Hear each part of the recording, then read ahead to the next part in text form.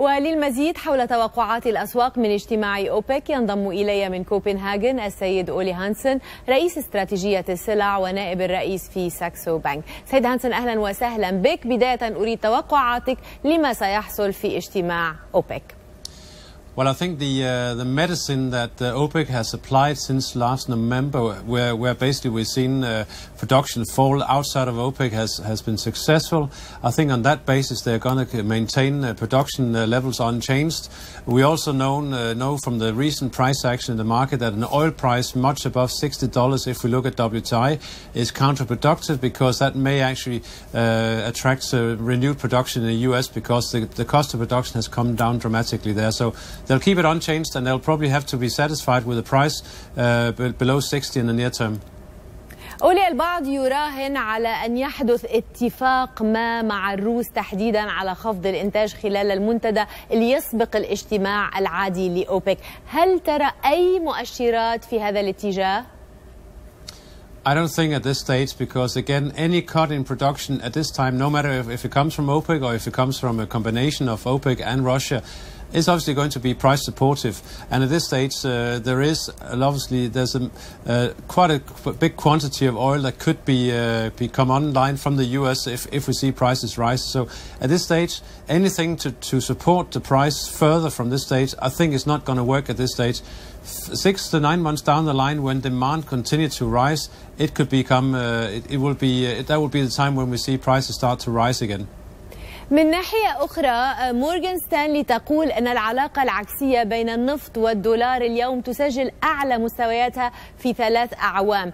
الحديث اليوم جار بموازاة ذلك عن رالي للدولار. ماذا يعني هذا الأمر بالنسبة لتموضع المتعاملين في أسواق المال؟ It basically means that the next 3 months probably could be a bit of a tricky period for oil prices.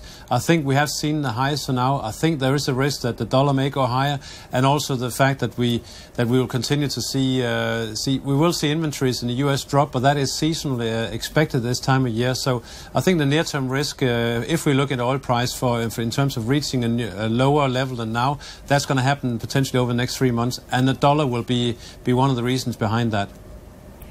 تبقى أسعار النفط اليوم متراجعة بحوالي 45% تقريبا منذ منتصف العام الماضي بعدما محت خسائر كبيرة منذ يناير. كيف ترى نطاق الأسعار في النصف الثاني وصولا إلى نهاية العام؟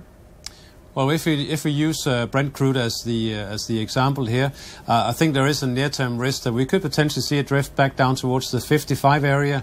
I think we will stabilize, and as we move towards the end of the year, as demand is expected to be continue to picking up, we could see it back towards the 75 area. Not much higher at this stage again, because it will trigger a revival in production elsewhere.